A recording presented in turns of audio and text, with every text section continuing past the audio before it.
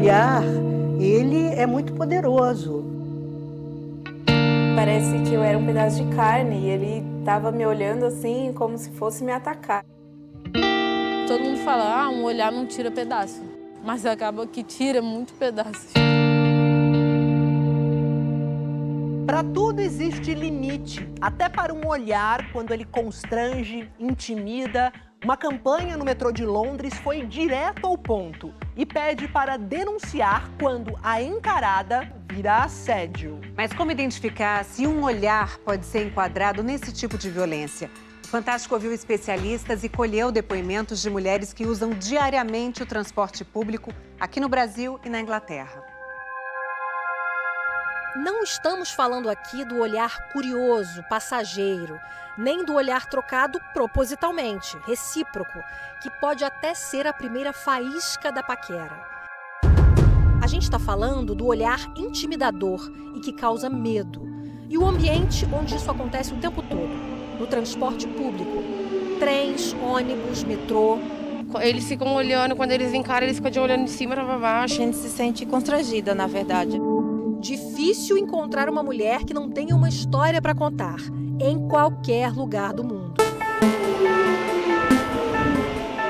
Pensando nisso, o metrô de Londres, na Inglaterra, lançou uma campanha que pretende combater a banalização e incentivar denúncias de assédio nos espaços do transporte público.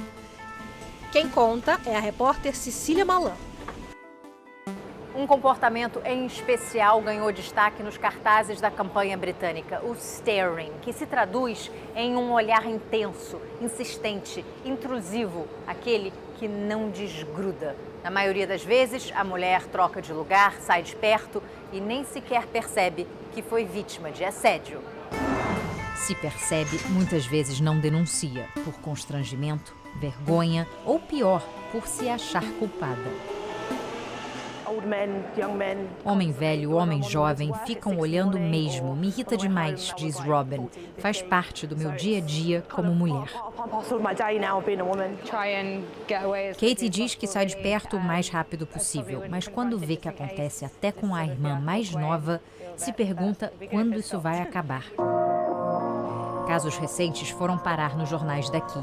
Uma inglesa foi impedida de sair do trem por um homem que também passou longos minutos olhando fixo para ela. O agressor recebeu 22 semanas de prisão. Nos cartazes da campanha do metrô fica claro, o olhar invasivo pode ser considerado uma forma de assédio sexual e deve ser denunciado. No Reino Unido, staring pode ser classificado como uma ofensa à ordem pública, se o olhar for de natureza sexual e provocar medo ou angústia. A pena pode chegar a 6 meses de prisão e multa. Jake viu os cartazes. Obviamente são necessários. Infelizmente, algumas pessoas não sabem o que é considerado assédio. Mulheres precisam se sentir seguras em espaços públicos, diz Mandy McGregor, diretora da Polícia de Transportes britânica. Ela conta que funcionários passam por treinamento para acolher as vítimas. Aprendem a não duvidar do relato de uma mulher, nem fazer julgamentos sobre a roupa que ela esteja usando. Por aqui, quase todas as mulheres com mais de 18 anos afirmaram que já passaram por situações de assédio sexual no transporte coletivo, por aplicativo ou em táxis. A Jéssica, de São Paulo, só queria ir para o curso.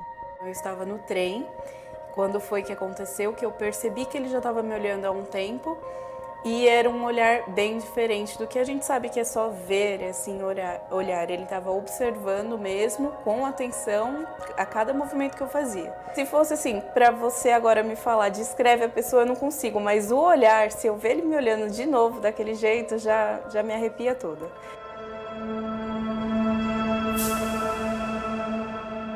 Sem dúvida, a Jéssica foi vítima de staring, a encarada que provoca medo. No metrô de Londres, ela poderia pedir ajuda. Mas e aqui no Brasil? Essa encarada pode ser considerada assédio sexual? É crime. Se uma pessoa se sentir violentada por um olhar muito insistente, ela pode ir até a delegacia e fazer uma denúncia? Ele é uma forma de violência sexual, mas nem todas as formas de violência e assédio sexual estão descritas no nosso Código Penal, ou seja, constituem crime. Fica muito difícil de comprovar, ou seja, a princípio, essa conduta não encontraria um enquadramento típico, a não ser que estivesse combinada com outras condutas, como, por exemplo, tocar os órgãos genitais e lamber os lábios. A Jéssica se sente frustrada. Não tenho nada ali para me resguardar, se eu pedir ajuda, sempre vai ter uma desculpa, sempre vai ter alguma coisa para falar que aquilo não é válido. A base desse olhar é a mesma base do homem que considera a mulher uma propriedade. Eu olho de uma maneira que é incômoda para aquela mulher e eu sei que ela está se sentindo incomodada. E isso acontece por quê? Porque no imaginário daquele homem, a mulher é um objeto. Foi exatamente isso que a Carolina sentiu no ônibus indo para o trabalho. Quando eu entrei, eu senti que essa pessoa me olhou. E acaba que a pessoa te olha da cabeça aos pés. E aí você fica, nossa, mas por que isso? E aí você tenta pôr várias coisas em frente ao seu rosto, você tenta sair daquele olhar. É muito difícil porque não tem pra onde ir, sabe? Não satisfeito em só te olhar, o que ele fez? Ele tentou compartilhar contato comigo e tentou compartilhar nude. Pela internet, ele emparelhou o celular dele com o dela e tentou mandar a foto, enquanto continuava olhando fixamente. Chegou o meu ponto e eu desci desesperada, sem saber o que fazer. Ela procurou a delegacia, sem sucesso. Falaram pra mim, você não tem prova suficiente. Sendo que eu tinha foto dele, eu tinha foto do número dele, tinha foto do nude. Muitas vezes, esse olhar insistente pode ser só o início de uma violência ainda maior. A maior arma que temos hoje em nossas mãos e à disposição para a nossa defesa é, de fato, o celular. A gente pode, com certeza, usar, e isso é muito importante, o relato de testemunhas, mas uma imagem, gravar com o celular. Sem conseguir ajuda na delegacia, Carolina expôs o homem na internet. E aí, quando eu acordei no outro dia, tinha mais de 30 mil pessoas no tweet. Mas qual é o limite do olhar? É muito difícil estabelecer isso porque é muito sutil. Mas como saber se o seu olhar está incomodando alguém, sendo constrangedor, agressivo ou violento? Bom, primeiro, uma boa dose de noção, bom senso. Depois, se o olhar não está sendo correspondido, ele pode não estar agradando. Esse é o tipo de debate que faz com que a gente pense o que significa garantir a segurança dos corpos e de todos os corpos, em especial dos corpos femininos, no ambiente público. Então, pensar em como essas violências podem ser incluídas pela nossa legislação é super importante.